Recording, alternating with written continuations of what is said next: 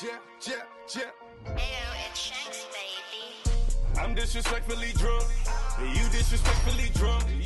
He disrespectfully Yo, what's up, y'all? Thank you for tuning in to the Disrespectfully Drunk podcast. Today, yes, a round of applause for me. I take it. Thank you. Today, we are here with Lynn Hobson.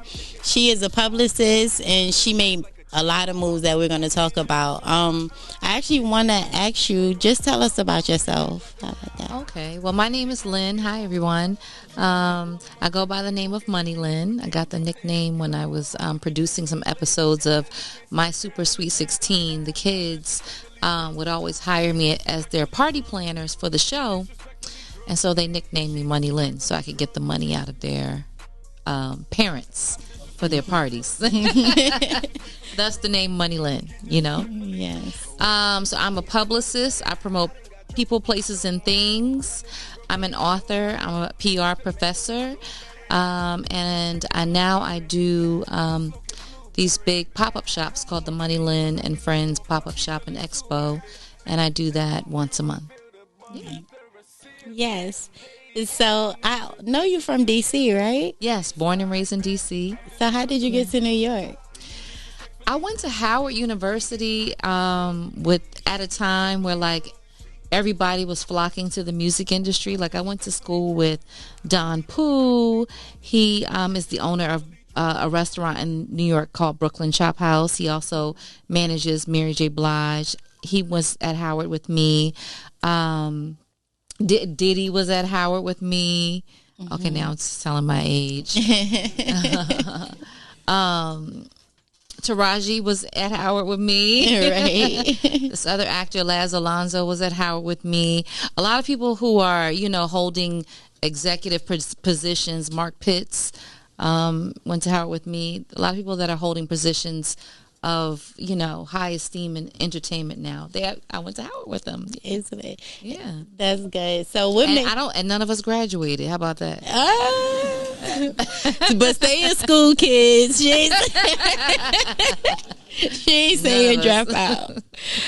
Okay, so how did you become a publicist? Like, what made you become a publicist? So I became a publicist because I was partying at Howard and my parents kicked me out of the house, and the guy that I was dating, he was from Brooklyn, and my parents are divorced, so my mom was away in Morocco, and we didn't have cell phones and pagers and email at that time, so my dad wouldn't let me back in the house, so I went with my then boyfriend to New York.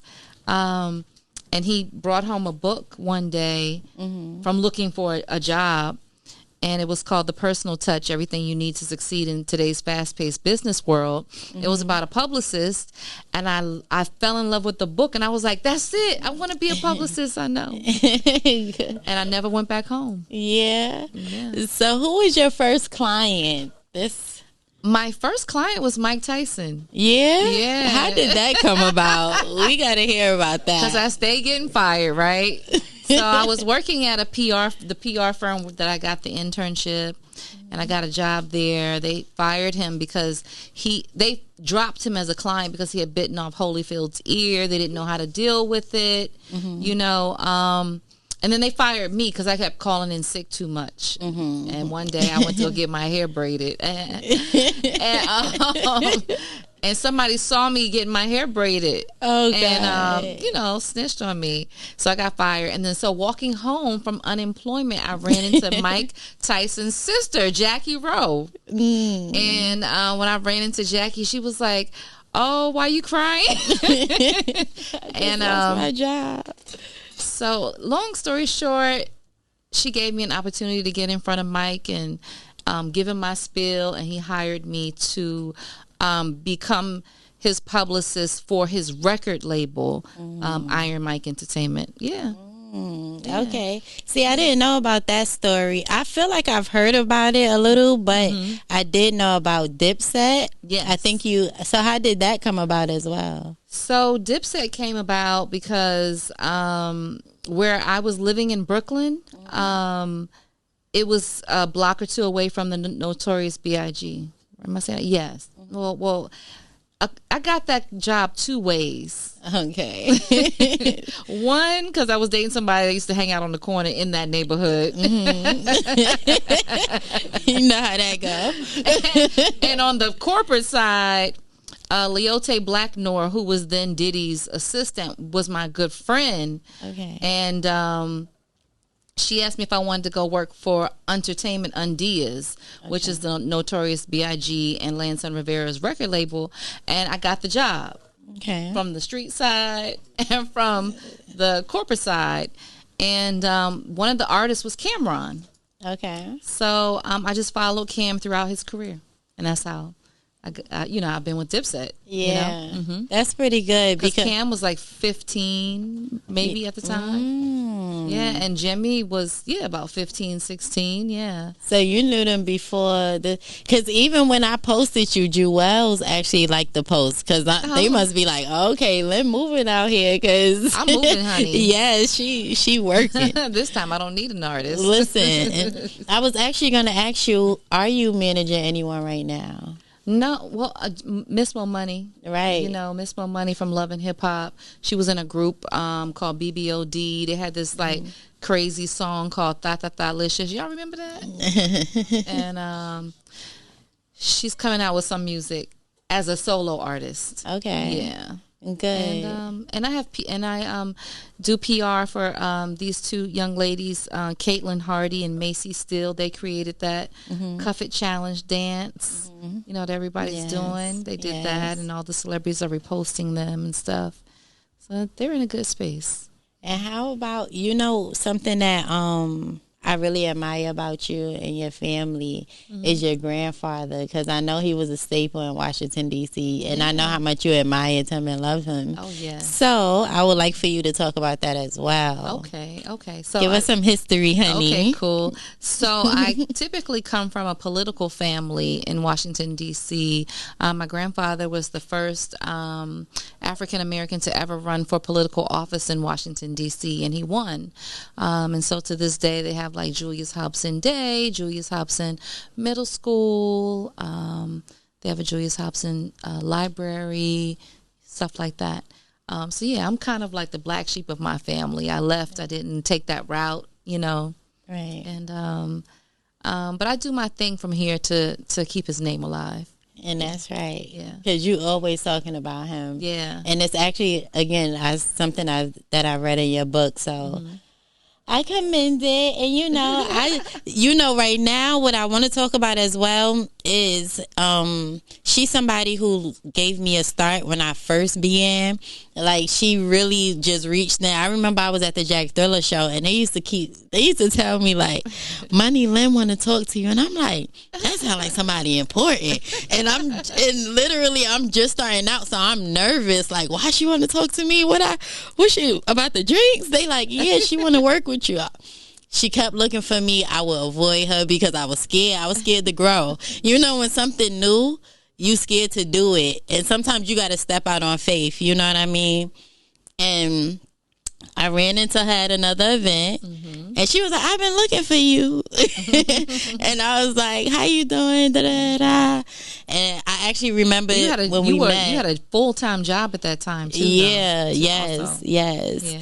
And I remember I was doing so much, like when I would tell people I was working, they'd be like, you got a job? I'd be like, who y'all think I am? I'm regular. But she really gave me a chance, and right now she has some of the biggest pop-up shops in New York and in New Jersey, right? So she rents out these really big warehouses and have all types of people. So tell us about that, because I love into her events. Yeah.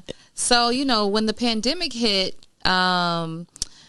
I lost all of my clients, because it's like, who's going to pay for a publicist? Like, we don't know what's going on in the world. You want to hold on to all your money. You know what I mean? So I lost all my clients, and I was like, well, what can I do to make money? And I said, oh, I forgot I have a book. Hello. You know what I mean? So I started selling my book online. And then people were like, you should have a pop-up shop, because we don't care about COVID. There were some people who cared and some people who didn't care, Typically, the younger people didn't care because they were not as susceptible to pass away. You know what I mean? So I started having underground pop-up shops. I went from 5 vendors to 10 vendors to 20 vendors to 200 vendors. Yeah, and so I just kept up with it, and I do it every other month. Yes. And I love it. I always have a well-known celebrity host the event. I always use DJ Drewski or DJ Self to DJ. And I always have, artist performances. If you own a fashion boutique, I have a fashion show. Like, there's so many different activations and fun things for you to do other than sip and shop. You know what I mean? Right. It's fun. It's a vibe. Y'all got to come see it. Yeah, I got to come see it. So when's the next one? Next one is Sunday, December 18th.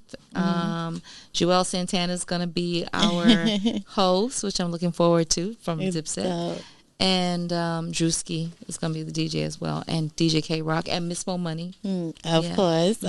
Shout out to Miss Mo Money. Yes. We got to definitely have you come back on the show. Okay. And the last thing I want you to do is tell people where they can buy your book. Okay. Because I know this book has so much information because the life you lived, I can imagine how much information you giving out. But what I do want to say is, for the aspiring PRs, what advice would you give them? Like, how could they start if they really, they're nervous, they don't know who they, how they should go about it. Maybe they don't have a college degree, or where could they, because a lot of people aren't going to school now, right? A lot of people are just jumping straight into entrepreneurship, right? Yeah. So what would you tell somebody that looks up to you and say, hey, I want to do exactly what you're doing? Well, I would say get my book. Okay. And networking. Networking is so important, because those relationships go a long way. Those are things that money can't buy, are your relationships, networking, going out all the time, even when you're tired, even when you don't want to.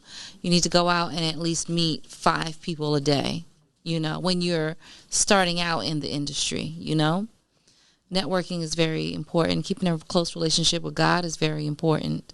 A prayer regimen, and with whatever you do, is very important.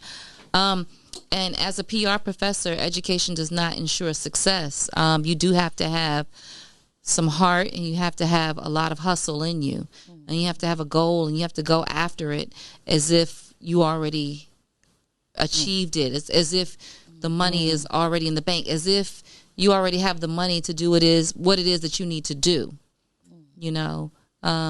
Sometimes I'll do my pop-up shops, and I'll be like, I might have a financial setback, but guess what? I'm going to go sell a table here, whatever I got to do until the event is, a success, And my secret to success is my prayer life, my relationship with God, and I tithe 10% of my income. If I made $60 today, God is getting $6 of my income, and I watch it come back triple fold every time. So that money, Lynn, has come into a reality. Yes. I got that name when I was broke, busted, and disgusted. Right. And I just got closer to God, and I give 10% of whatever it is I bring in. I give it out, and it comes right back. That's some advice for your butt, honey. I hope that y'all wrote that down, because a lot of times some people want to give up. Some people don't know where to start, so they just say, I'm gonna go ahead and put this application in. And don't get me wrong, you should work to cover the expenses of whatever it is that you're trying to build. But I know people ask me all the time about different ways that they could start a business or what have you, and usually it's managing. Like, I want to be a manager, I want to so many people want to do it, and I know that's I just want to be the person that can kind of help them get that information. So I appreciate that you're willing to give that. Thank you. So you didn't say what site they could get this book from. Oh, Amazon. Or you can DM me and I'll take care of it and send you a copy. Amazon or me. What's your Instagram? Instagram is I am Lynn Hobson. That's LYNNHOB as in boy, SON. Okay. Yeah. It's lit. Or Amazon. It's fine. Okay. And how much does it go for? 25. $25. Okay, and if you want to buy some books today, make sure you check in because we got them for sale. Okay, so we're gonna make sure that we support. Follow her. I am Lynn Hobson, and she also has Money Lynn pop-up shop. Yes. On Instagram as well. Y'all have to come to these pop-up shops.